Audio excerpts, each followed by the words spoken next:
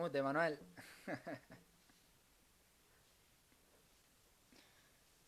Ahora sí, ¿no? ¿Se me Ahora sí. escucha? Sí, ahora ¿Sí? sí. ¿Qué tal? ¿Cómo estáis? Buenas tardes a todos. Muchas gracias por acompañarnos. Carlos, buenas tardes. ¿Qué tal? Muy ¿Cómo buenas estás? tardes, Manuel. ¿Qué tal? ¿Cómo Muy bien, andamos? pues nada, aquí preparando las cuestiones porque hoy tenemos un tema absolutamente interesante. Estamos en máximo histórico de algunas criptomonedas, especialmente Bitcoin, y la verdad es que no podíamos tener mejor persona para hablar del tema que José Antonio Bravo, ¿verdad? Economista, compañero de la profesión de Valencia, ¿verdad? Pues la Sí, verdad que sí, he estado compartiendo antes de la charla con los... Antes de esta charla con él unos minutos hablando sobre Bitcoin y la verdad que creo que no hay profesional que o en tan poco tiempo he podido aprender tanto de la criptomoneda, formación y demás. Y la verdad que yo creo que es bastante interesante porque como Sí, estamos viendo el rally que está tomando, el rally alcista, la criptomoneda, podríamos decir desde marzo, está siendo algo brutal y ya no es eso, que están entrando muchísimos, podríamos decir como grandes players en el mercado con inversiones muy importantes, se están formando fondos, etcétera. Es decir, yo creo que algo que está ya para quedarse, el único tema es saber, bueno, que yo creo que eso nadie lo puede saber, pero aguantará todo este rally de subida, caerá, seguirá subiendo hasta el infinito y más allá, como están comentando. Y aparte, también como no dejamos de tratar la contabilidad y auditoría en este pequeño webinar, pues saber qué efecto, qué riesgo, porque al final como en auditoría todo lo vemos como riesgo, pero de qué manera va a afectar a la contabilidad a empresas tanto españolas como bajo IFRS. Aquí bajo US GAAP, Manuel, creo que estamos un poquito pez, podríamos decir, o yo por lo menos estoy sí. un poquito pez. Yo también. Eh, pero Sí. claro, nos lo vamos a encontrar, nos lo encontraremos y a ver de qué manera hemos podido plantear algunos procedimientos de auditoría para, bueno, hemos expuesto las consultas del ICAC y cómo contabilizarlo y luego qué procedimiento de auditoría podríamos realizar y qué riesgos de auditoría nos llevan, tanto riesgo inherente como riesgo de control y yo creo que ahora mismo pues es un tema a la orden del día, por no decir de los principales, de los que en el mundo de la Correcto, inversión se está escuchando. De hecho, correcto. si cualquier aplicación de inversión que tengamos, yo diría que de todas las noticias que te saltan, el 70% van relacionadas con el Bitcoin. Supera el máximo, supera el máximo, supera el máximo, alcanza el billón. Está siendo una Sí, locura. sí, sí. Muy bien, pues estupendo. Pues José Antonio es licenciado en Ciencias Empresariales por la Universidad de Valencia, tiene máster en Fiscalidad y Control Asesoría. Y bueno, pues en relación con el Bitcoin, pues lleva ya cierto tiempo conociéndolo. Yo realmente admito que mi conocimiento del Bitcoin se limita a los últimos 5 o 6 meses, en los cuales yo creo que he podido aprender bastante, pero en absoluto tanto como tú, ¿verdad, José Antonio? bueno, yo os puedo ganar a lo mejor por tiempo, porque llevo en esto desde 2013. Sí, sí. Entonces, más o menos por tiempo, más conocimiento de cómo funciona todo tengo.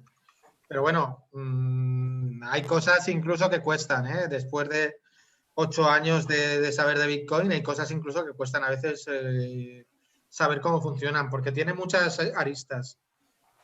Muy bien. Bitcoin, en principio, que era la que yo empecé a conocer en 2013, hay quien lo compara con un elefante, con la parábola del elefante y los ciegos. Esa Ah, que varios ciegos se ponen a tocar a un elefante y cada uno toca una parte y dicen, pues a mí me parece, está tocando la pata y también me parece esto algo con unas columnas muy fuertes. Alguien toca la trompa y cada uno lo describe según lo ve en ese momento. Entonces, efectivamente. claro, eh, tener una visión completa de todo lo que supone desde el punto de vista técnico, desde el punto de vista económico, incluso desde el punto de vista filosófico, Bitcoin y sus derivadas, las criptomonedas e incluso su superderivada blockchain, pues es bastante complejo. O sea, hay que ver muchas cosas, ver realmente todas las implicaciones que tiene, porque es algo nuevo, es algo muy nuevo. Correcto. Muy bien. Aquí tenemos en la transparencia de presentación, por ejemplo, tenemos a una pequeña representación. Tenemos Bitcoin como, ¿verdad? Como la base. Y luego tenemos la denominada altcoins, ¿no? Como monedas alternativas, ¿no? Que son como proyectos un poco diferentes, ¿no? Como es un intento de finanza descentralizada también, pero tampoco llega todavía a eso, ¿verdad? No, No, de no llega. momento. De momento no llegan a ser finanzas totalmente descentralizadas. Aún hay centros, hay puntos únicos de fallo, que es lo que hace la descentralización, por los que esas monedas pueden ser pues atacados. Estupendo. Muy bien. Una pregunta, Carlos y compañeros. Oye, los que estáis por ahí, que queréis hacer cualquier tipo de pregunta, pues abrir el micrófono o por el chat. Y oye, porque esto, sabéis que esto es una cosa que hacemos los viernes por la tarde para entretenernos un poco, realmente. O sea, para entretenernos y divertirnos y hablar de cosas que nos interesan y que son realmente de actualidad total, ¿verdad? Y además, vamos a... Manuel, ya te digo yo que muchos de los que se han conectado tienen muchísima más información y más conocimiento que nosotros de Bitcoin. Seguramente. Ya te digo yo que, por ejemplo, aquí he visto a los participantes, un amigo mío que se llama Juan Antonio Brocal, que es una persona que desde marzo está dándole vuelta al tema este del Bitcoin, que yo lo conocí básicamente por él. Y ya te digo, que tiene muchísimo más conocimiento que nosotros, que en cualquier momento que levanten la mano, que aprovechen, que tenemos aquí un experto en Bitcoin, como ya he comentado, bueno, que tiene muchísima experiencia ya con el Bitcoin de bastante tiempo, que probablemente pueda solventar muchísimas dudas de las que nos puedan surgir, de las que nos surgen y nos seguirán surgiendo a lo largo, porque si esto cada vez se va implementando más, nos lo vamos a encontrar en muchísimas empresas. O las distintas problemas que puede llevar. De hecho, estaba con un ex compañero que creo que está por aquí, se llama Raúl Montoro, en el que ya me avisa, mira, fíjate, había demanda ya desde el año 2014 por algunas personas, algunas empresas que tenían los bitcoins, las típicas que van replicando operaciones, etcétera, que van sacando y que luego al final se llevan la pasta. Decía algo que parece novedoso, pero que ya había gente trabajando ejercicio atrás. De hecho, si está Raúl, nada, saludarlo. Muchísimas gracias por la demanda que hemos estado viendo con Manuel. Muy bien. Bueno, pues vamos a ver un poco, hacer esa introducción terminológica, que es posible que esté más o menos acertada, ¿no? ¿Qué es una criptomoneda? Pues es un medio digital y atención, dice que utiliza criptografía fuerte para asegurar las transacciones, controlar la creación de unidades adicionales y verificar la transferencia de activos utilizando tecnologías de registro distribuido. Bueno, seguramente algunos de nosotros no entendemos muy bien de todo esto, pero yo empezaría diciendo que, José Antonio, ¿tú qué crees que es lo que le da realmente el valor a las criptomonedas, o en este caso sobre todo al Bitcoin? La criptografía puede ser lo que le da valor, la minería. No sé dónde viene el valor. Yo cuando escuché la primera vez hablar de mineros, yo me quedé flipado, la verdad. De hecho, sí, Manuel, antes hemos estado comentando un tema que... Es una mala traducción. Lo de mineros es una mala traducción. Sí. O más bien un juego de palabras. Lo que se hace en inglés, acuñar, es minting, ¿vale? La palabra para acuñar es mint. Es muy parecido a minar. Entonces, en los minar, la acuñación de monedas es minting, ¿vale? Que se parece mucho a mining. Entonces, aquí, cuando se creó, la palabra que se utilizó es muy parecida, que es mine, ¿vale? Para que no fuera acuñar, aunque realmente lo que se hace cada vez que se da una recompensa a un minero es se acuñan nuevas monedas, ¿vale? Pero no se le quiso llamar acuñar porque realmente no hay un cuño ni hay un físico que haga esa acuñación de moneda. Y se le llamó entonces minado, para que fuera más parecido al oro. Porque ya la intención era la de crear un oro digital. Aunque ahora hay mucha gente que te dice, sobre todo la gente que está más atenta a otro tipo de forks y tal, no, esto del oro digital es un invento que existe, no. Desde un primer momento, incluso en su acuñación, que es decreciente, está la intención de hacer ese flujo de creación con respecto al stock existente, que sea muy similar al del oro. O sea, que vayamos minando esos bitcoins, pero cada vez se minen menos y entonces cada vez valgan más los últimos que se van minando. Esa es la intención. Y por eso de ahí la palabra de minero y mine y mint. O sea, es una similitud. Entonces, ¿es la criptografía lo que le da el valor intrínseco? Es decir, yo llego allí, meto los euros y digo, bueno, ya ahí tengo una total seguridad, teóricamente, de que mi valor se conserva en el tiempo. ¿Qué piensas tú de esa cuestión, José Pérez? Realmente es una combinación de la criptografía con la descentralización. Previamente a Bitcoin habían existido monedas criptográficas, como puede ser, por ejemplo, DigiCash. que fue un proyecto que existió durante los años 90 y que lo que hizo es crear una especie de dinero, un dinero criptográfico por el cual tú ponías un depósito en un banco comercial o el proyecto era, ponías un depósito de dinero en un banco comercial y te daban unos derechos de transmisión que se transmitía a través de firma privada. Igual, utilizando utilizando la criptografía asimétrica, tú firmabas la transferencia y podías transferir ese dinero que estaba basado en depósitos bancarios. ¿Qué pasó? Que estaba centralizado y entonces esto era muy fácil de atacar. En cuanto los bancos cortaron el grifo, el proyecto de DigiCash dejó de existir. Existió durante un tiempo que una serie de bancos lo vieron interesante, pero cuando exactamente la Reserva Federal vio que podía haber cierto riesgo, pues avisó a los bancos de que estaban jugando a emitir dinero que no era realmente de curso legal. Les hizo una advertencia, los bancos cerraron el grifo y DigiCash cesó actividades. A partir de ese punto, mucha gente que estaba trabajando en el proyecto DigiCash, con David Chaum, fue el creador de DigiCash y de muchos proyectos criptográficos basados en firma simétrica de transmisión de valor, lo que hicieron es buscar qué había en el mundo de la criptografía para poder mejorarlo. Y entonces empezaron a probar ciertas cosas como la prueba de trabajo, que es lo que hacen los mineros, ¿vale? O sea, que se te pague por mantener la red, que es importante. Y a su vez también lo que es la descentralización, o sea, buscando la descentralización. Y para eso había un invento de 1991 que era muy bueno, que eran las cadenas de bloques o las blockchains, que hasta ahora solo se habían usado hasta ese momento para firmar la autenticidad de anuncios en prensa. O sea, había un equipo que decía, cuando fulanito ponga un anuncio en prensa, le ponemos un hash y lo tenemos guardado en una cadena de bloques y eso verifica durante todo el tiempo, podemos ir a esa cadena y ver cuándo lo hizo el anuncio. Y aunque lo vuelva a repetir, como el anuncio lo hizo, y tenía esa utilidad, una utilidad bastante floja.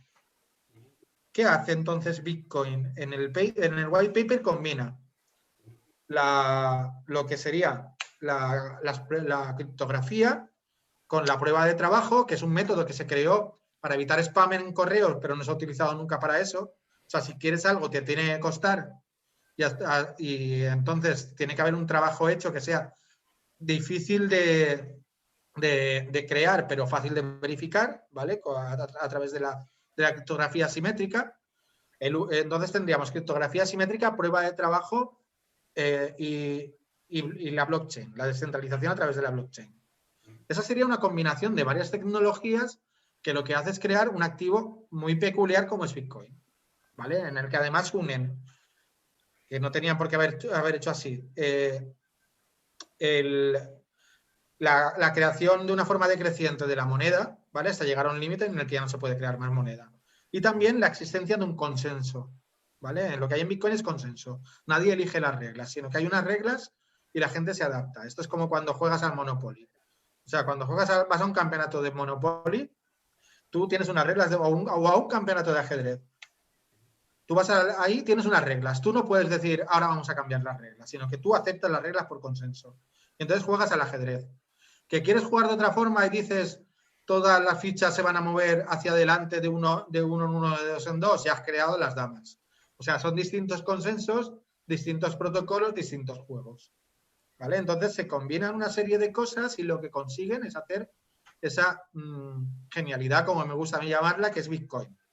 Que no tiene por qué ser ni la que va a ser la moneda definitiva, porque pueden aparecer otras superiores, ni el resto de criptomonedas no tienen ninguna razón de existir. Tienen razón de existir aquellas que aportan algo nuevo a lo que crea Bitcoin y que pueden tener una diferencia. Sí que te digo que las que quieran ser Bitcoin sí que se van a chocar con una barrera muy grande, como digamos, como es, digamos, la aceptación que tiene y el efecto red que ya tiene creado. Correcto. Muy bien. Y entonces, claro, como hablando de esa descentralización, claro, aquí la cuestión está en que, claro, en lo que es el llamado, yo un término que no conocía hasta hace, como digo, unos 5 o 6 meses, le llamaba el dinero fiat, que es el dinero de curso legal. El dinero fiat, pues, nos encontramos con que los los estados, que son los que promueven el dinero fiat, pues claro, ahora se encuentra con un problema, de fondo. Bueno, yo lo que vamos viendo durante todas estas fechas, ¿no? Básicamente es que se apoya mucho el hecho de que, derivado de las crisis económicas, pues claro, haya que emitir mucho más papel moneda y eso hace que es posible que haya un mayor volumen de inflación. Y claro, la gente, teóricamente, el soporte de Bitcoin puede estar en cierta parte, puede venir derivado ahora mismo, por lo menos en las últimas fechas, se supone, de esa creciente teórica supuesta inflación que va a haber a futuro, y bueno, pues se utiliza Bitcoin como reserva de valor. Y esto, claro, a los bancos, pues claro, le crea cierta controversia, porque bueno, ellos utilizan una emisión centralizada de moneda, ¿verdad? Así es. Esa es la cuestión. Y un tema, una pregunta que, bueno, aparte de que el rally que tiene de subida, que está siendo brutal, pero un tema que esto es desconocimiento mío, el hecho de que haya tantos inversores minoristas como sin conocer este tipo de moneda que están invirtiendo en un momento determinado, ¿podría llevar en algún momento a que hubiese o que dejaran de vender o que agruparan muchísimos Bitcoin, grandes tenedores? ¿Podría dar algún problema en un momento a la liquidez de este tipo de activo? Me refiero a que tú quieras vender en ese momento y que no tengas cobertura, me refiero, no puedas obtener el rendimiento o bueno, en ese momento a lo que valga el Bitcoin. Sí, aquí tenemos una cosa parecida a lo que puede pasar con el oro.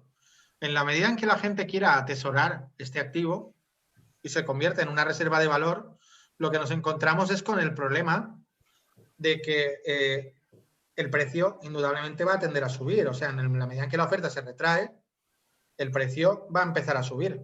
Porque uno de los temas que tiene la oferta de Bitcoin es que pues, no es inelástica del todo, pero tiene unas características que las convierten casi en un bien de oferta inelástica. Entonces, claro, si la oferta se retrae, la demanda va a pedir a un precio más alto. Eso es una de las características que tiene por esa oferta casi inelástica. ¿Eso hasta qué punto? Eso jugaría también con el tema de con lo del buen dinero y el mal dinero. La teoría esta que existe de que el buen dinero expulsa al mal dinero, que normalmente tiene que ver con dos monedas que se usan a la vez o dos formas de dinero que se usan a la vez en una misma sociedad. Dice, cuando la gente tiene un dinero de calidad y un dinero que les sirve para atesorar y otro dinero que tiene menos calidad, va a tender a gastar el dinero que tiene menos calidad. Pensamos en un país con hiperinflación que use el dólar como moneda secundaria. La gente no va a gastar dólares, lo que va a gastar es la moneda del país mientras la tenga. Y va a dejar sus ahorros, los tendrá en dólares, no lo tendrá en moneda del país porque se va devaluando. Entonces aquí el fenómeno sería muy similar. Si la gente prefiere, la gente tiene cantidades de dinero de curso legal, tiene Bitcoin, preferirá gastar el dinero de curso legal y Bitcoin no lo querrá gastar, lo querrá atesorar. Y cada vez el que tenga cada uno valdrá más. Y en la medida en que aguantes, esto es lo que llaman muchas veces en Bitcoin las manos fuertes, en la medida en que aguantes tú tus monedas y no las gastes, mientras no te quede más remedio, irán subiendo de valor. Cuando te quedes sin dinero de curso legal, empezarás a vender tus Bitcoins, indudablemente, o a cambiarlos por bienes o servicios. Esto, en teoría económica, sería decir, ¿cuál es el camino para que algo se convierta en moneda? ¿Ser primero medio de cambio o reserva de valor? ¿Vale? Teniendo en cuenta los tres campos, que serían reserva de valor, medio de cambio y unidad de cuenta. Pues entonces lo primero que debe convertirse es en reserva de valor. ¿Para qué? Para llegar a sustituir al resto de monedas o al menos sustituir a aquellas que no son tan fuertes como ella. En segundo lugar, se convertiría en la medida en que ya la gente tuviera que usarlas en medio de cambio o medio de pago. ¿Vale? Ahí es una dualidad que no es lo mismo, pero es muy parecido en algunos aspectos. Y a partir de ahí, cuando ya hubiera una aceptación general de esa moneda como medio de cambio, pasaría a ser unidad de cuenta. ¿Vale? Y podría, en ese caso, eso sería como, en ese momento desbancaría a las monedas de curso legal y las dejaría fuera de sitio. Pero eso sería en el momento en el que la... Sí, sí. Que hay una evolución larguísima. O sea, estamos ahora mismo en el año 13 de Bitcoin No podemos esperar que en 13 años un activo sustituya a activos tan fuertes como son las monedas. O sea, en algunos países ya están sustituyendo las monedas de curso legal. En países con unas monedas débiles puede llegar a sustituir en ciertos usos. Pero en países con monedas fuertes, con muchos años de existencia, como por ejemplo el dólar, que es la que más tiempo ha durado. No, la libra esterlina es más larga.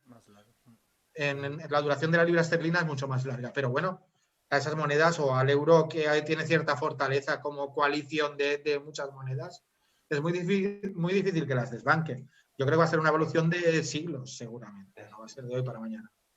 Está bien. Está perfectamente explicado. Es decir, el día que sea una unidad de cuenta y las cuentas anuales las hagamos en Bitcoin, ¿verdad? Sí. Efectivamente, incluso ahí en ese momento seguramente veremos que también el efecto red lo que hace es que la volatilidad se reduzca. O sea, en la medida en que más gente tiene ese activo, la volatilidad entendida como cambios bruscos hacia arriba o hacia abajo se puede convertir en una volatilidad ascendente.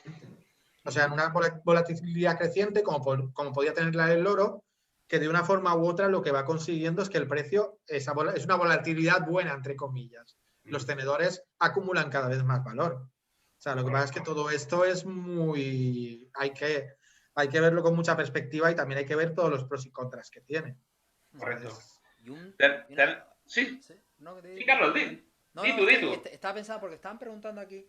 Están preguntando. Vamos a ver las preguntillas. Sí, correcto.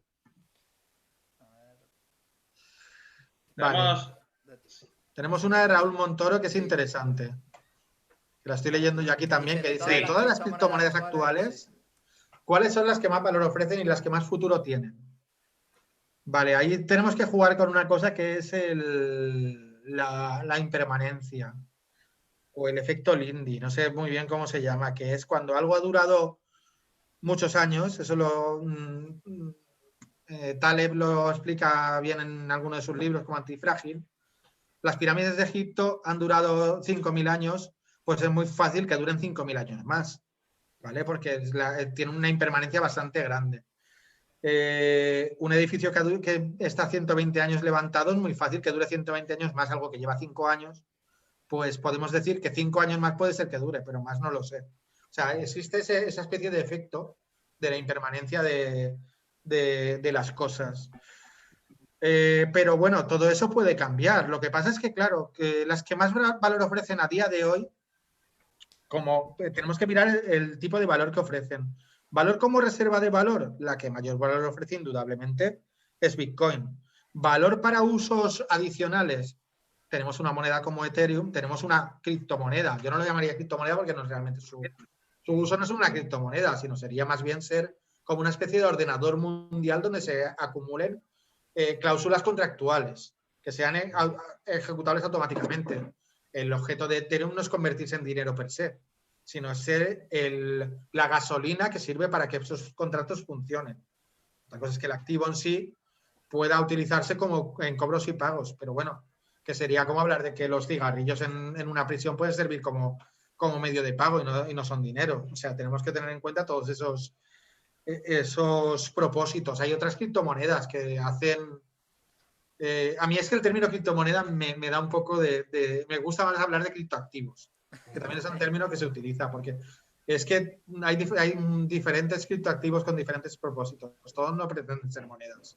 Creo que monedas pretenden ser Bitcoin y las copias de Bitcoin, pero otros no van a ser monedas per se, sino que van a ser como una especie de complementos y que pueden usarse haciendo swaps entre monedas o incluso pueden converger en una gran red de transmisión de valor, que es una teoría que existe por ahí, que Bitcoin se convierta en una red principal y luego haya capas dentro de esa red en las que haya diferentes usos y puede haber contratos inteligentes o puede haber transmisión de valor muy, muy rápida. Se convierte en una especie de Internet del valor, en el que tengamos diferentes capas. Igual que existe la capa SMTP, existe la capa de transmisión de diferentes archivos, pues tengamos una red Bitcoin con diferentes capas. ¿Vale? Entonces yo ahí esa pregunta, ahora mismo más valor, pues dependerá mucho de para que las utilicemos y el futuro, pues es muy relativo, dependerá mucho de su aceptación y de su uso. Pero yo como más futuros, las dos que veo con más futuro son Bitcoin y Ethereum. El resto no puedo decir si tienen más futuro. Porque Sí, llevan se más habla, tiempo y están más fuertes siempre. claro, siempre salen proyectos nuevos, se habla mucho de... Pero bueno, yo hablo, voy a decir casi del desconocimiento y sin querer dar idea, ¿eh? Pues se habla de Cardano, se habla de Polkadot, se habla de muchas cosas. Pero bueno, Bueno, tampoco... de hecho creo que, no sé si nos puede confirmar aquí el compañero José Antonio. Creo que China ya está trabajando con una moneda digital, no sé si yuan o creo que es, Sí, se y ya no llama sé.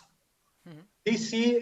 CCAP, o sea, le he puesto las siglas de CEP, que si no lo que pretenden, ellos no lo llaman, no quieren llamarlo criptomoneda de Banco Central, que es un término que hemos oído mucho hablar de criptomoneda, de las CDBCs, ¿vale? Pero lo han llamado yuan digital y tenían unas siglas así que eran de CEP, no me acuerdo ahora mismo muy bien lo que era, pero no deja de ser el mismo dinero de curso legal, el mismo dinero que puede emitir el Banco Central a su antojo, pero con características de que hay una wallet, de que hay una serie de cosas, y es bastante peliagudo crear ese dinero. ¿Por qué? Porque tenemos una capa que es la del sistema bancario, que si nosotros jugamos a crear una capa única de transmisión de dinero, la gente deja de tener su dinero en el banco y lo tiene en su wallet de su móvil o en una wallet en su casa y dejan a los bancos absolutamente desprotegidos. Entonces, lo que tienen que hacer es una evolución para que se vaya convirtiendo, que existe esa posibilidad, que el dinero de curso legal se convierta en una capa más de Bitcoin. O sea, que los bancos digan, voy a hacer una cadena lateral en Bitcoin a través de la cual yo emito mi propio dinero de curso legal. O sea, todo eso es una evolución que yo supongo que con el tiempo iremos viendo.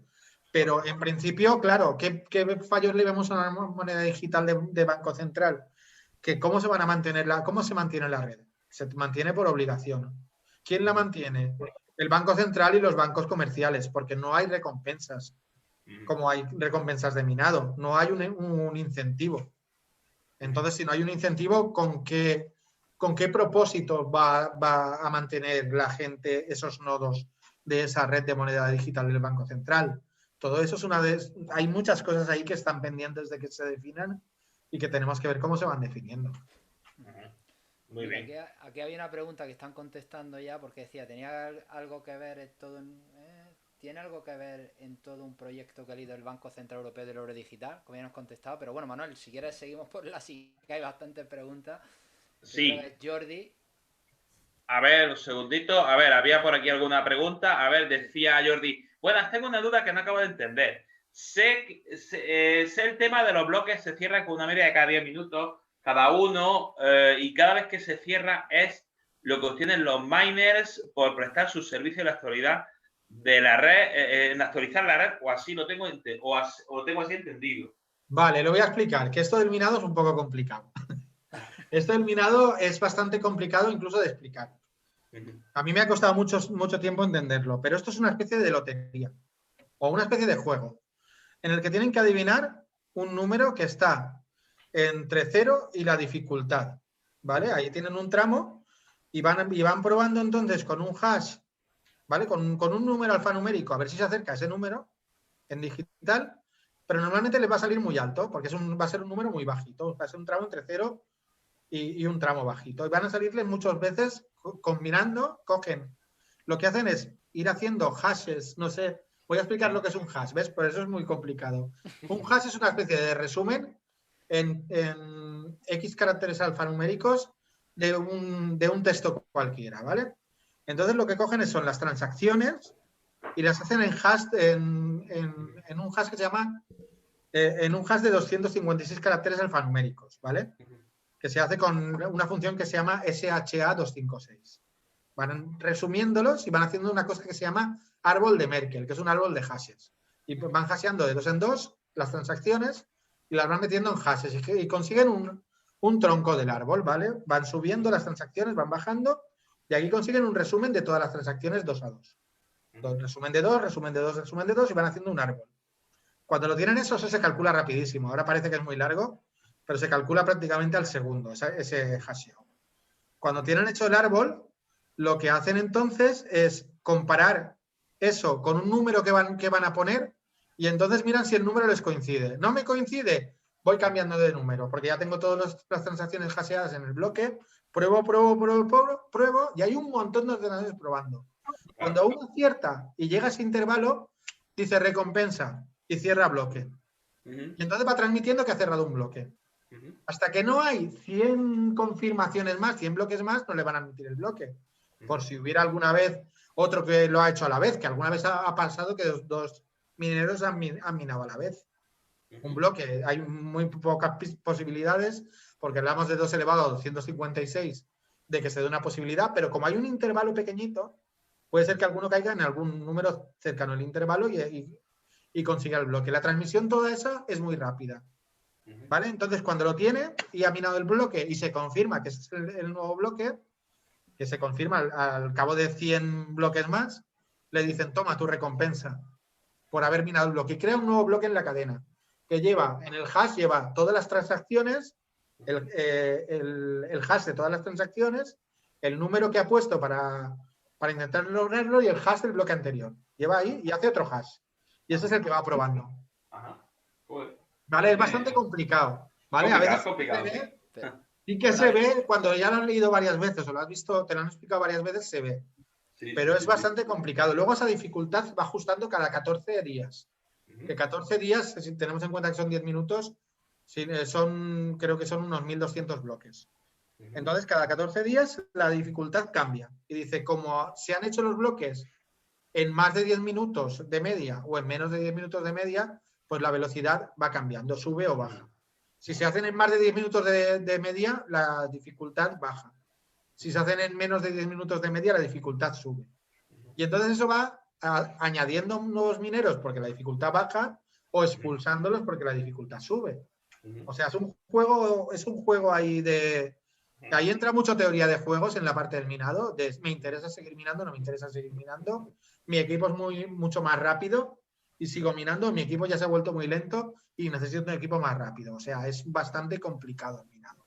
Pero hay por ahí libros como... Hay un libro que yo recomiendo mucho que está traducido por un compañero que se llama Adolfo Contreras Ruiz de Arellano, que se llama Inventemos Bitcoin, que es bastante práctico para ver el tema ese de la minería de Bitcoin y muchos temas técnicos de Bitcoin.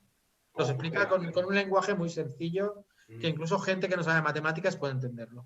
Eso está bien, eso está bien. Yo creo, Manel, que la siguiente pregunta la deja ya contestada de Jordi también. Sí, ¿no? Cómo se hacían los mineros, tal, de dónde salía el Bitcoin, que acaba de comentar. Yo creo que la siguiente la de Jesús Manuel, que dice que en cuanto al Bitcoin como medio de cambio, ¿cómo se podrá alcanzar para comprar, por ejemplo, una barra de pan? ¿O el Bitcoin baja o habrá una hiperinflación? ¿Y cómo se puede comprar si es fraccionable, medio Bitcoin, etcétera? Vale, eso es muy importante. Bitcoin ahora mismo por consenso tiene 8 decimales. O sea, hay 100 millones de satoshis en cada Bitcoin. El satoshi es la unidad más pequeña ahora mismo, pero se podría dividir en más. O sea, claro, a mí mucha gente me decía, si hay 21 millones de Bitcoins y hay ahora mismo en el mundo 10.000 millones de personas, va a haber bofetadas por tener un Bitcoin. Vale, no, aquí lo importante es que lo puedo fraccionar hasta el infinito. Esto es como si mañana un país decide, si mañana el euro decidieran que no tiene 2 decimales, decidieran que tiene 4, se cambia el consenso.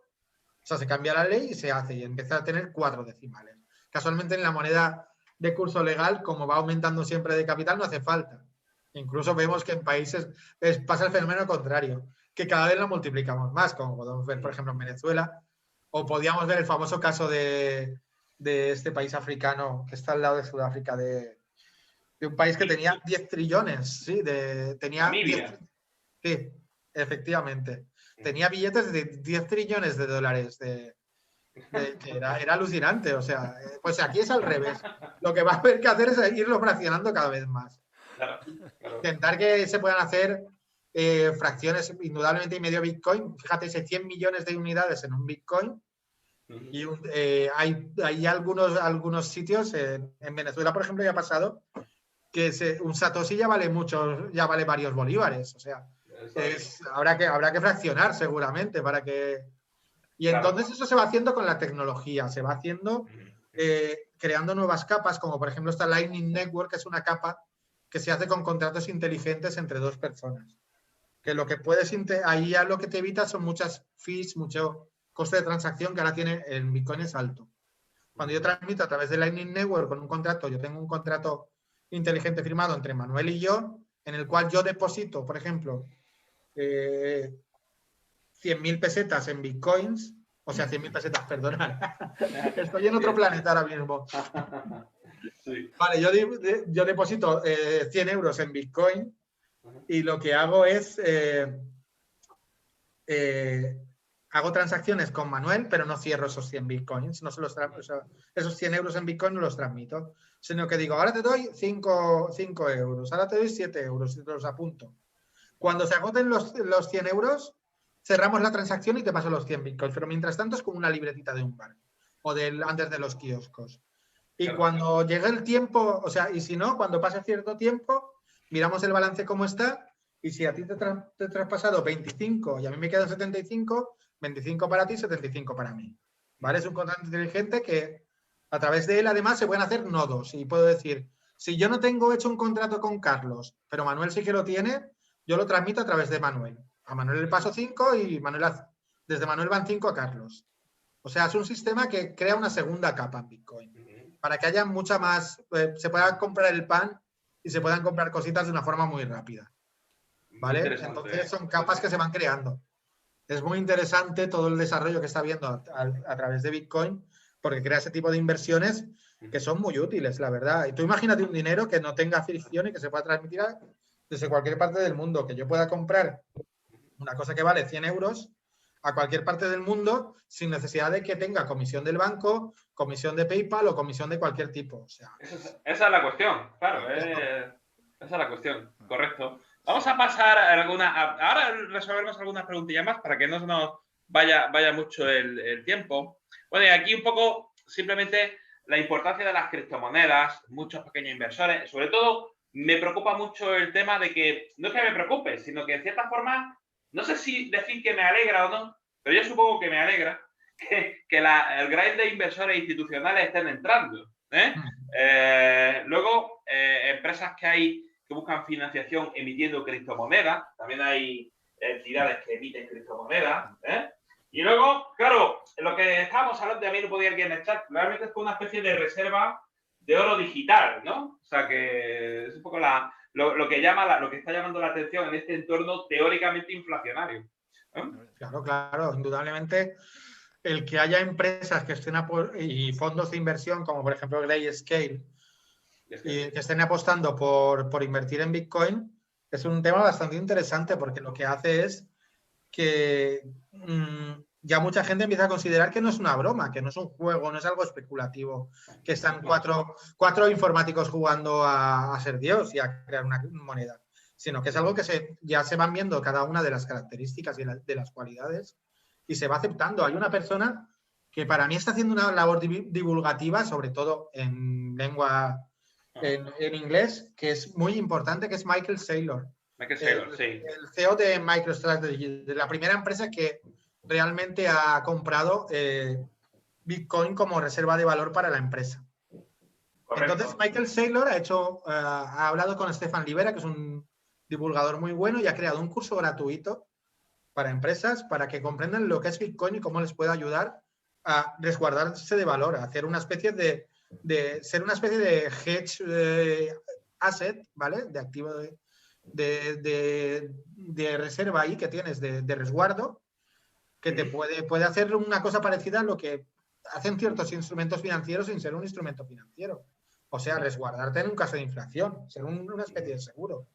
Para mí eso es importantísimo, que ya haya empresas que estén visionándolo así y estén diciendo, para mí, ahora mismo es un activo de más valor por la liquidez que tiene y por el resguardo que tiene frente a la inflación, Bitcoin, que la moneda de mi país.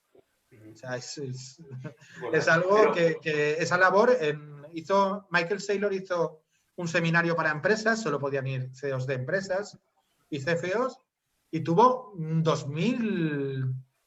cerca de 2.300 empresas en el seminario intentando aprender sobre Bitcoin. Todas estoy seguro que no lo van a adoptar, pero que lo tienen ahí como una posibilidad que pueden utilizar. para sus reservas de dinero. Yo me imagino, por ejemplo, empresas como Mercadona, que tienen una liquidez impresionante y que lo único que piensan es que ¿qué puedo hacer con la liquidez?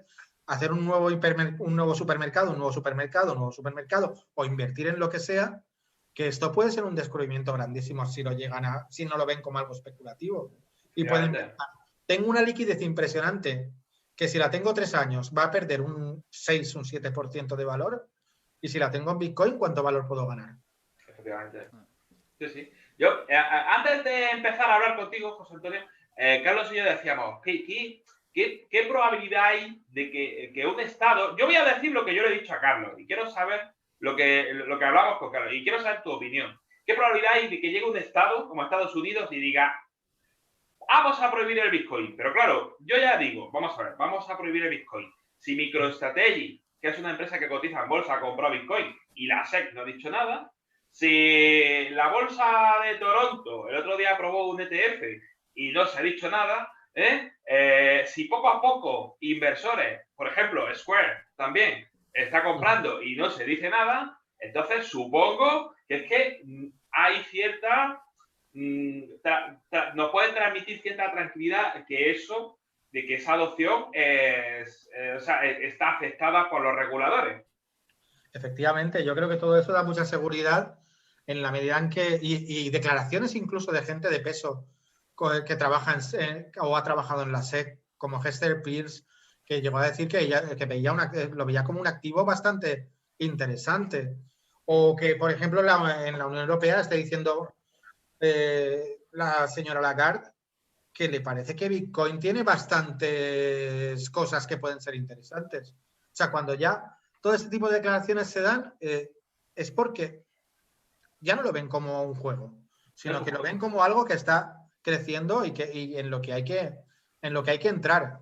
Yo estoy seguro que en la cabeza de mucha gente, y hablo incluso de gente que trabaja en bancos, Bitcoin es un activo muy importante. Ahí tenemos a BBVA intentando hacer de custodia de criptomonedas en Suiza, o JP Morgan en Estados Unidos pidiendo permiso para ser custodio de criptomonedas y gestionar criptomonedas de sus clientes.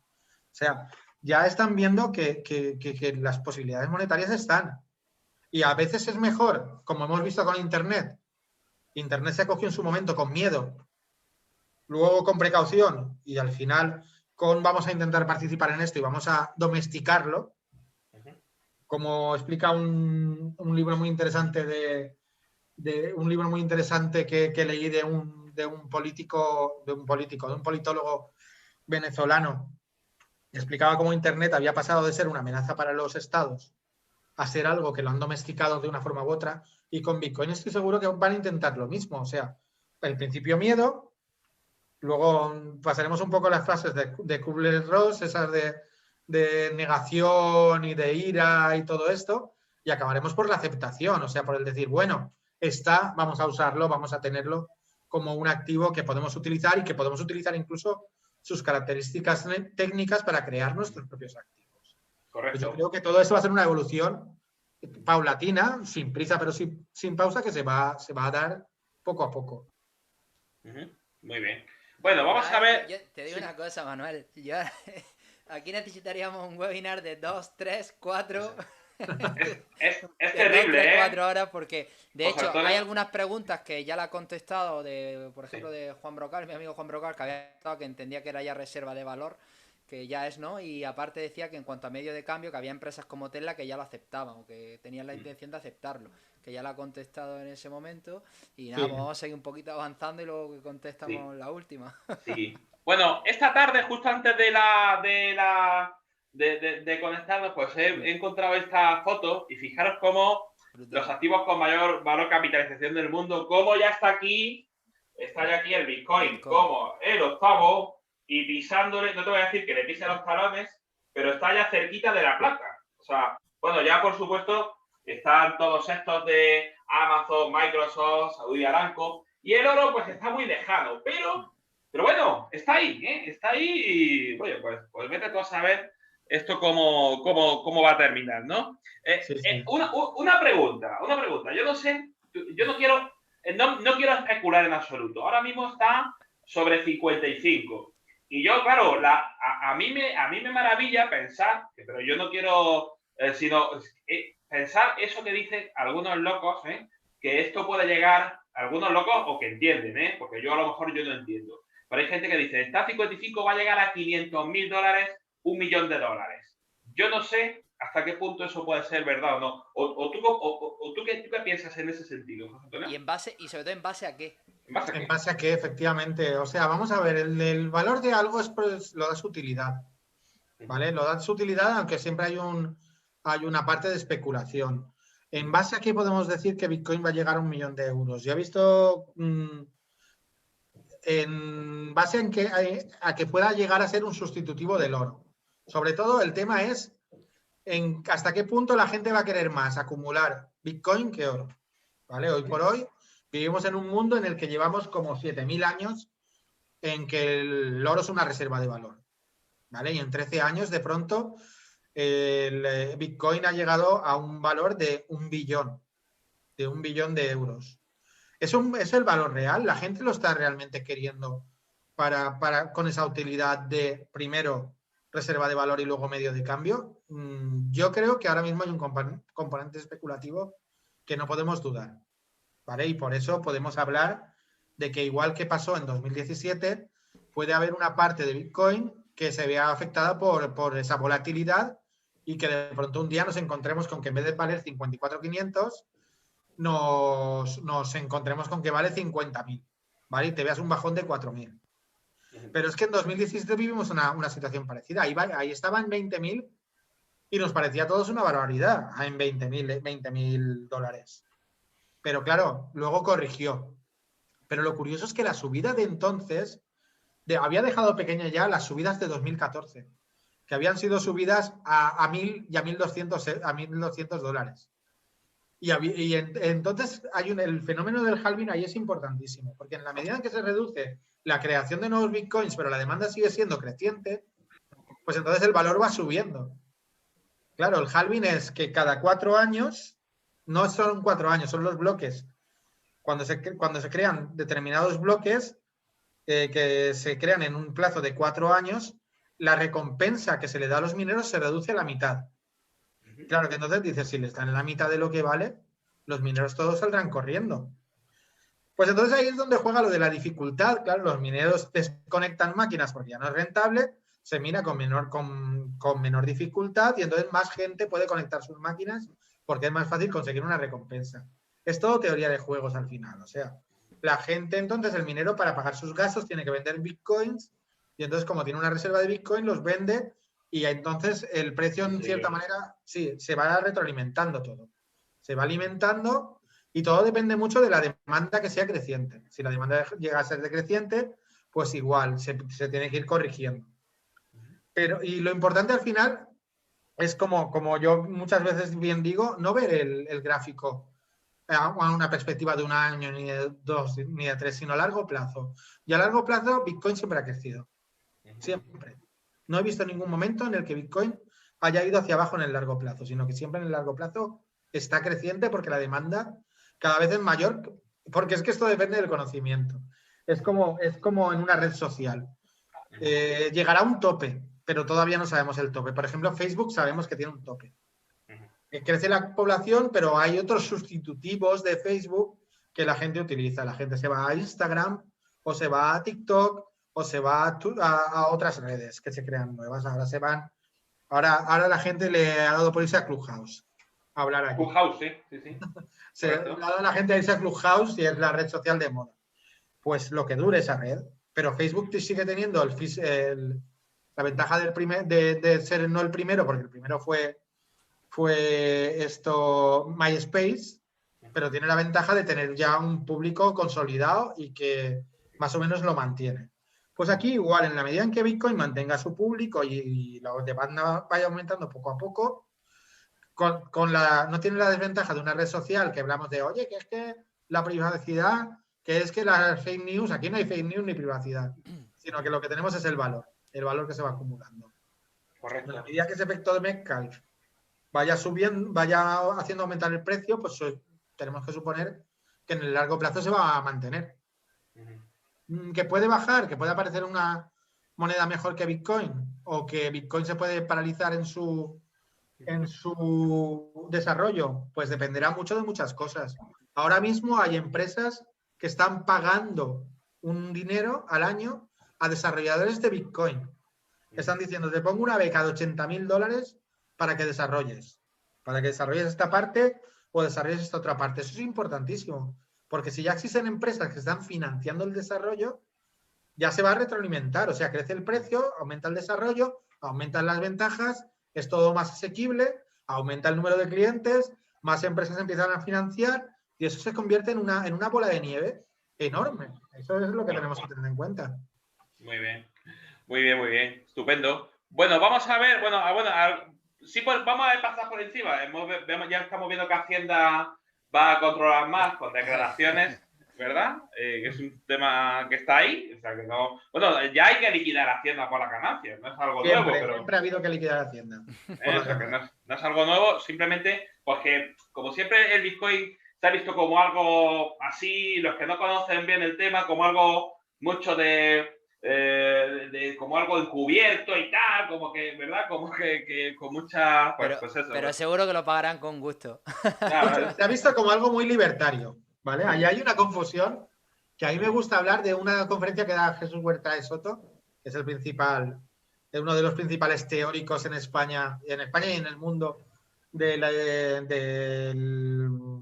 digamos, el anarcocapitalismo, ¿vale? O del liberalismo extremo, que lo que dice es, yo en ningún momento os voy a decir que no paguéis impuestos. A mí los impuestos me parecen un robo, pero vives en un estado que hay impuestos, la ley te obliga a pagar impuestos, ¿vale? Y tenemos que cumplir con la ley. O sea, no quiere decir que porque sea libertario o porque sea anarquista dejar de pagar al Estado, sino que tú te ves sometido a las leyes de tu Estado y mientras no puedas hacer otra cosa, tienes que luchar para cambiarlas, pero no tienes que romperlas. Eso es importante. O sea, por muy libertarios que seamos y por muy malo que nos parezca el Estado, si nos parece malo, convenzamos a todo el mundo que queramos para que cambie las leyes y para eliminar los impuestos y veremos lo que pasa. Y veremos lo que pasa. Pero de momento estamos en un Estado que nos exige impuestos y salvo que queramos ir a la cárcel, tenemos que pagar los impuestos. Correcto. También desde mi perspectiva de asesor fiscal, en España no hay.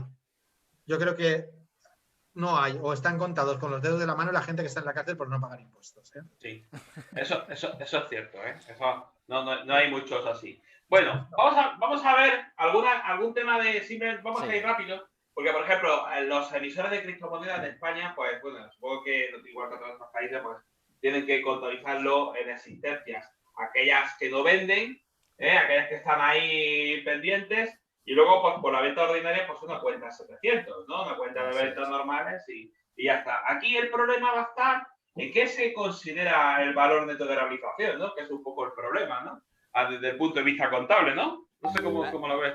Claro, no. Ahí valor neto de realización es bastante complejo. O sea, a mí una de las cosas que me encantó cuando vi que el comité de interpretación de IFRS decía que esto no es un activo financiero, digo, ay, me he librado del valor real, de verdad. Ya no tengo que poner el valor de mercado, el activo, cuando lo tengo en mi cartera.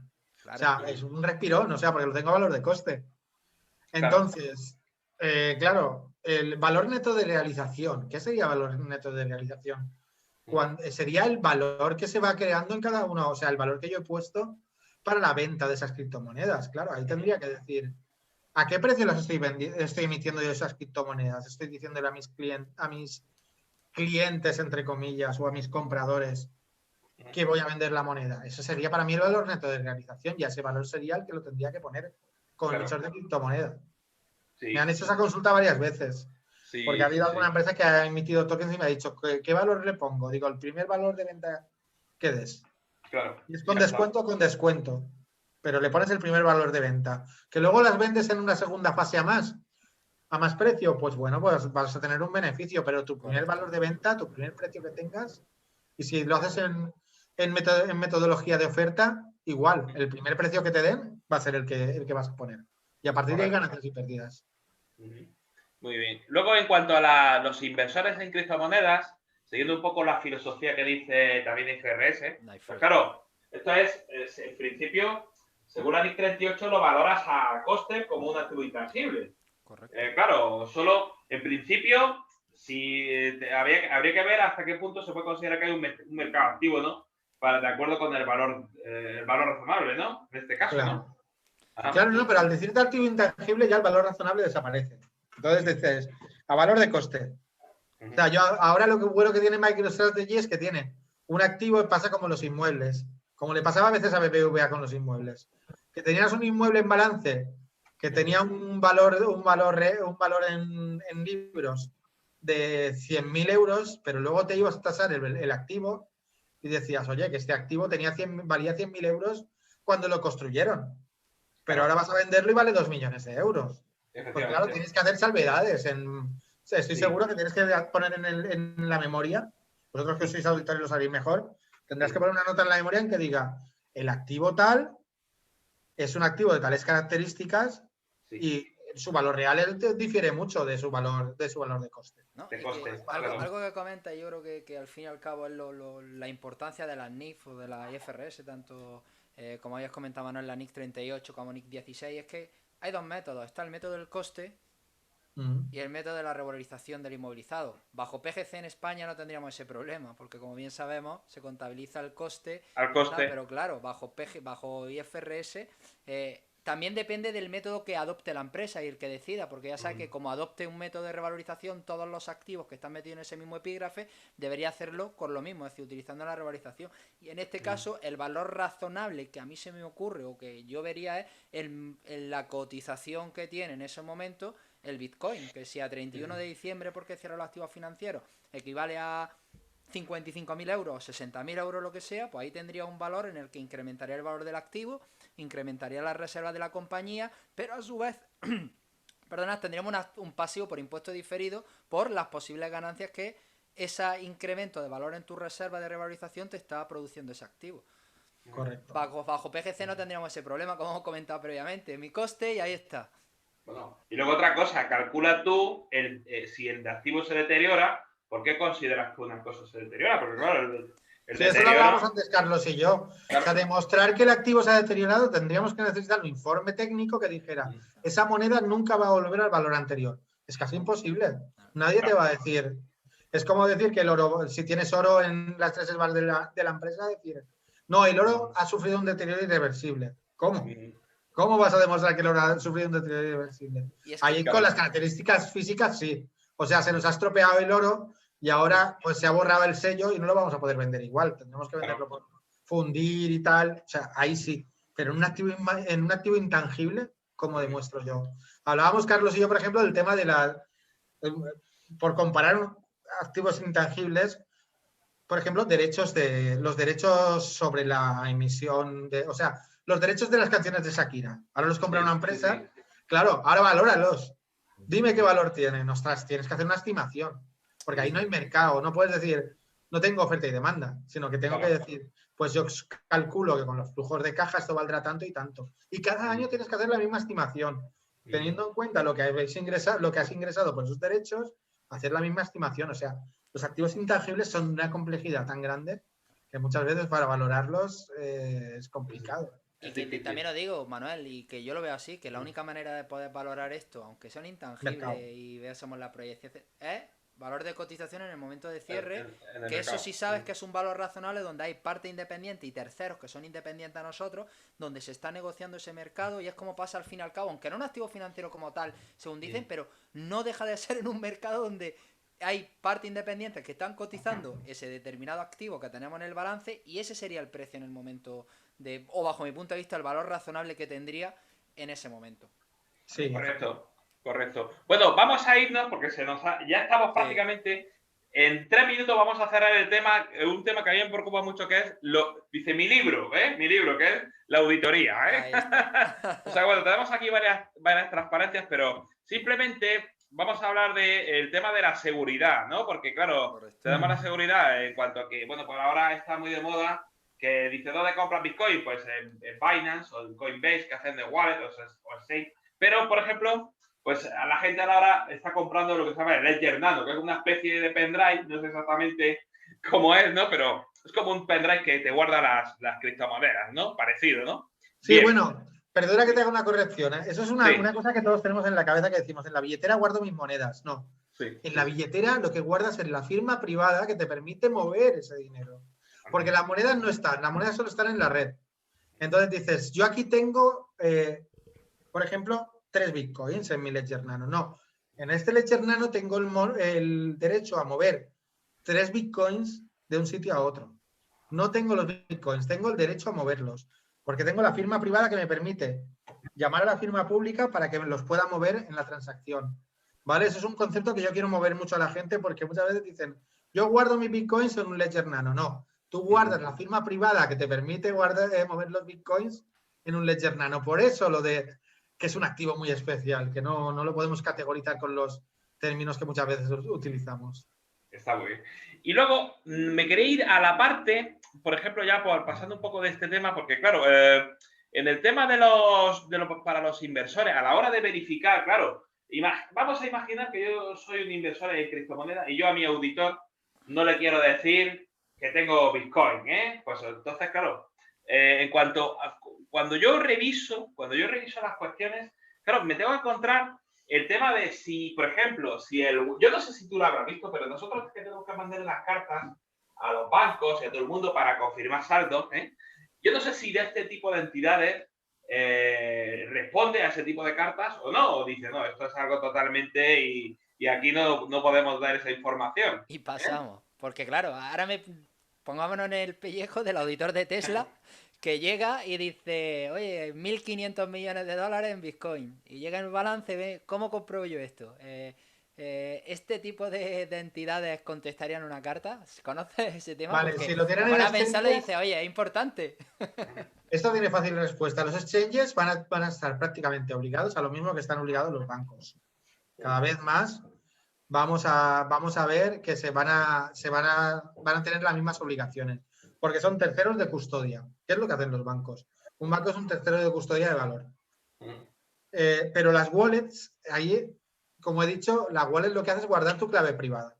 En el exchange tú guardas las claves privadas, o sea, tú tienes algo a tu nombre, ¿vale? Y dicen, tienes tantos bitcoins a tu nombre, tantos Ethereum a tu nombre y tantos lo que sea a tu nombre. Pero la wallet tú guardas la clave privada. ¿Cuál podría ser una forma de verificación? Pues podría ser la utilización de esa clave privada. Si tú tienes el acceso a esa wallet, puedes demostrar que lo que hay dentro de la wallet es tuyo. ¿Vale? ¿Y cómo se podría hacer? Intentando hacer una transacción que fuera prácticamente neutra. ¿Vale? Haciendo una prueba de movimiento. Que dijera, yo puedo firmar cualquiera de las... A ver, os voy a explicar, que eso es un concepto también que explota la cabeza cuando lo entiendes. Con la firma privada no muevo bitcoins, muevo transacciones no gastadas. O sea, a mí cuando me ha llegado, por ejemplo, 0,36 bitcoins, tengo una transacción no gastada, una UTXO, se llama, un Spend Transaction Output, o sea, una salida de una transacción no gastada de 0,36. Y según me van haciendo transferencias, tengo más UTXOs ahí guardadas. Entonces yo cuando transmito y quiero transmitir, por ejemplo, 0,50, me va a coger esa de 0,36 y me va a coger otra UTXO que suben más de 50 y luego me va a devolver el cambio. ¿Vale? Entonces hará transferencia de esas dos transacciones no gastadas a la persona que se lo quiere hacer y lo que sobra me hace a mí otra UTXO. Una para él y otra para el otro. ¿Vale? Entonces, si yo pudiera decir, puedo mover cualquiera de esas UTXOs con mi firma privada, ¿vale? Mover una pequeñita, una UTXO, sería una prueba de propiedad. O sea, porque yo he firmado una transacción. Ajá. Y quiere decir que todas las transacciones que están en esa wallet las puedo mover igual. Eso podría servir como una prueba de transacción. Una prueba de transacción, muy bien. Y luego, o sea, pues una prueba de propiedad, efectivamente. Claro, la existencia, al fin y al cabo. Muy bien. Y luego, por ejemplo, pues el hecho de que pudieras hacer esas pruebas directamente con el cliente, que te enseñara lo que tiene en la billetera fría, sí, o por ejemplo, claro, o copia de las transferencias a Estonia. Los exchanges al final, mirad, hay una cosa que es el tema de antiblanqueo, que cada día les obliga más a los exchanges a hacer el Know Your Customer.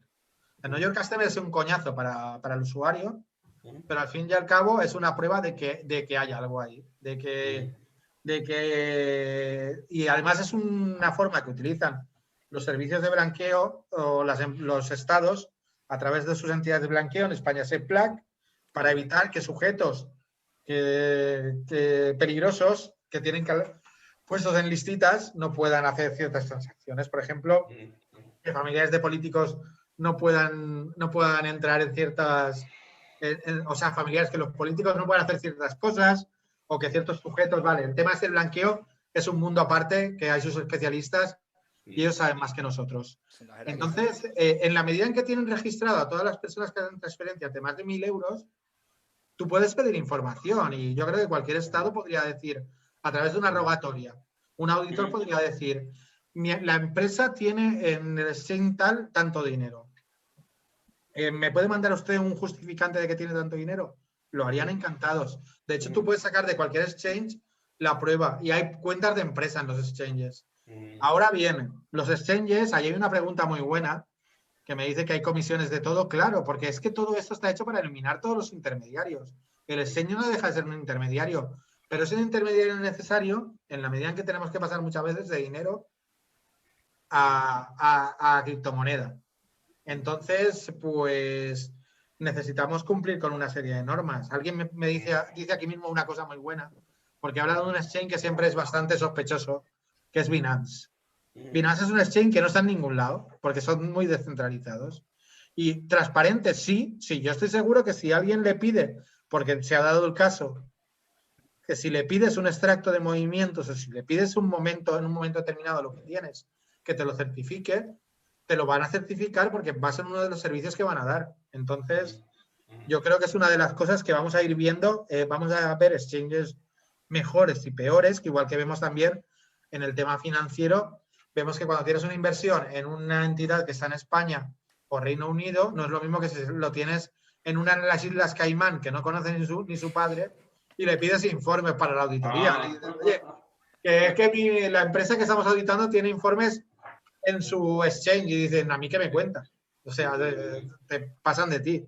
Pues lo mismo con esto, o sea. Muy bien. Bueno, Carlos, pues yo no quiero, a José Antonio no le quiero robar más tiempo. No sé Yo si solo tienes le diría, si tiene 5 minutitos, por el simple hecho de que conteste así algunas preguntas de alguna manera, aunque sea rápida y demás, porque los Sí. compañeros que se han conectado, Sí. por lo menos tengan o puedan resolver sus dudas, ¿vale? Porque yo creo, mira, Manuel, de las que estaba yo por Sí. aquí, el valor Sí. razonable ya lo hemos dicho que podría ser. ¿Por qué Tesla compra Bitcoin y cae su capitalización bursátil? Yo creo que aquí habría un tema muchísimo más amplio, por qué cae la capitalización. Es verdad que Tesla sabemos que es una empresa que no está teniendo ningún beneficio y está poniendo toda su reserva de valor en una moneda que, como se está hablando, es muy volátil y a priori podría parecer especulativo, y a lo mejor el mercado lo toma como una mala señal en el sentido, oye, ¿qué puede pasar si pasa algo con el Bitcoin? ¿Está poniendo en duda o está poniendo en peligro el principio de empresa en funcionamiento? Es por donde lo podríamos ver. Bueno, luego hablan aquí de Colombia. Yo creo que aquí de Colombia no tenemos mucha idea de la normativa. Yo tampoco. Aunque Sí, tenemos, ¿cómo se aunque maneja esta criptomoneda? Aunque he escuchado la bulla. Mi pregunta es, si tengo sí. una empresa exportadora, ¿puedo transar con esta moneda de la Unión Europea? Que yo sepa todavía no. Deberá de si la empresa la adopta o no. Aquí, no sé, José Antonio. Como poder hacer transacciones si te la acepta o sea, no se pueden cerrar transacciones, no se puede pagar deuda, porque no es moneda de curso legal. Vale. Pero hay que tener en cuenta que si te la acepta la contraparte, es como si te acepta un pago en especie. Al fin y al cabo es un pago en especie. Si yo tengo una empresa de transportes y acepto que un productor de naranjas me pague en cajas de naranjas, pues yo guardaré mis cajas de naranjas, las valoraré a precio de mercado y lo pondré en mi balance, que he recibido tantas cajas de naranjas. Luego ya veré lo que hago. Pero solo me las admitirá si la otra parte si la contraparte las quiere, si no las quiere. Perfecto. Muy bien. Luego me ha llegado una pregunta que esta no lo sé, sería, perdona, ¿qué diferencia hay entre Bitcoin y XBT? Que eso no tengo ni idea y disculpa. No, Hombre, XBT es el ticker que le ponen en algunos bancos. Es un ticker distinto. Muy bien. Luego, y luego dice alguna cosa, dice, ¿qué empresa de transacciones recomendáis? Pone. Yo la verdad es que no sabría decir ahí. Yo aquí me abstengo, yo no... Hay una palabra en el mundo de Bitcoin y las criptomonedas, hay una palabra que usamos muchas veces, unas siglas que es DYOR, que quiere decir do your own research. Haz tu propia investigación. O sea, sí. Aquí yo no puedo decirle a nadie lo que tiene que hacer porque es muy complicado, ¿vale? Sí. Y entonces yo no puedo decirle a nadie, oye, usa este o usa el otro. Yo puedo aconsejar, pero no me atrevo tampoco porque es mi propia experiencia. Y otros dan otras interpretaciones, ¿entiendes? Entonces es muy complicado, muy complicado. Claro. Yo creo que esto es como todo. Yo creo que lo importante que tiene que quedar aquí es que es muy interesante abordar este tema, conocer bien y, como bien decís, que cada uno haga su propia investigación y ya está. O sea que bueno. Creo que la última pregunta, Manuel, que hay por aquí, yo creo que ya nos dejamos porque podríamos estar muchísimo tiempo. Sí. Bueno, lo de estará disponible la presentación, sí, la colgaremos como hacemos con el vídeo. Y la otra pregunta decía, ¿cómo se contabilizarían los gastos de transacción o custodia en la compra de Bitcoin, por ejemplo? ¿Lo llevamos a la cuenta del grupo 6? ¿Sería deducible en el impuesto de sociedades o se reflejaría en la cuenta del subgrupo 20? Gracias de antemano. Vale, las fees, los gastos de transacción. O sea, yo lo que os diría es que esos gastos de transacción en principio serían un gasto. Lo que pasa es que, claro, es que son un gasto de fricción. Sería muy parecido a las comisiones. Yo sé que lo contabilizaría como una comisión, pero todavía no he llegado a un nivel tan práctico de tener una contabilidad en la que hay esa fricción y se vean esas comisiones. Y aparte que la única manera de poder, Manuel, no sé si estará de acuerdo conmigo, que se contabilizara en el activo, porque estaríamos hablando, oye, sí que es verdad que la resolución de inmovilización intangible que te dice, oye, que por así decirlo, todos aquellos costos hasta la puesta en funcionamiento, si hablamos como un software y demás, que los vas activando hasta que este se pone en funcionamiento, pero claro, yo lo vería más, como bien ha comentado, en una cuenta la cuenta de pérdida y ganancias, comisiones, gastos financieros, etcétera, o incluso otros servicios profesionales, y al fin y al cabo tiene una factura No va a haber factura. Cuando habla de comisiones habla de las fees de transacción. Cuando yo hago una transacción hay una cosa que es la fee, la comisión. Lo voy a contar de una forma muy corta. Pero un segundo, pero no hay pero me refiero, de alguna manera tendrá que tener algún soporte o algo en el que pueda dejarlo, porque claro, aquí tendríamos el problema de la deducibilidad o no, que no van a ser significativas, pero ahí es el problema que nos encontraríamos. No va a haber soporte, así que no se van a poder deducir la mayoría de veces. Va a ser un gasto no deducible. Porque lo que vas a tener, esas fees se pagan para que te metan en el bloque. ¿Vale? Es como una especie de mercado competitivo. Como hay mucha gente que quiere meter las transacciones en el bloque, pues tú pagas una comisión más alta. Pero no hay una factura porque no le pagas a nadie, sino que lo va a recibir el minero que mine el bloque. Y ese minero no va a mirar, no tiene los nombres de quienes van recibiendo la transacción. Eso es una cosa que habrá que ver en contabilidad cómo se hace, porque yo lo veo como un gasto no deducible directamente. No hay. Estoy totalmente de acuerdo con lo que comentas. O mayor valor del activo. Así que bueno. Sí, también, pero... Bueno, pues nada, oye, José Antonio, muchísimas gracias. Oye, ha sido, yo sabía que José Antonio sabía, pero lo que no sabía es que sabía tanto. Tampoco, un poquito solo. Lo que digo es el resultado de leer, el resultado de leer y de ir investigando y de ir dándole vueltas al coco, como todo. Y nada, y bueno, pues y a Carlos, pues como siempre, mi compañero de viaje en esto, pues muchísimas gracias, oye. Nada, muchísimas gracias a todos, sobre todo al fin y al cabo la idea de hacerlo es por reunirnos aquí profesional y compañeros, y que el hecho que tenga otra vez tanta aceptación como hubo en el confinamiento, pues agradecérselo a ellos.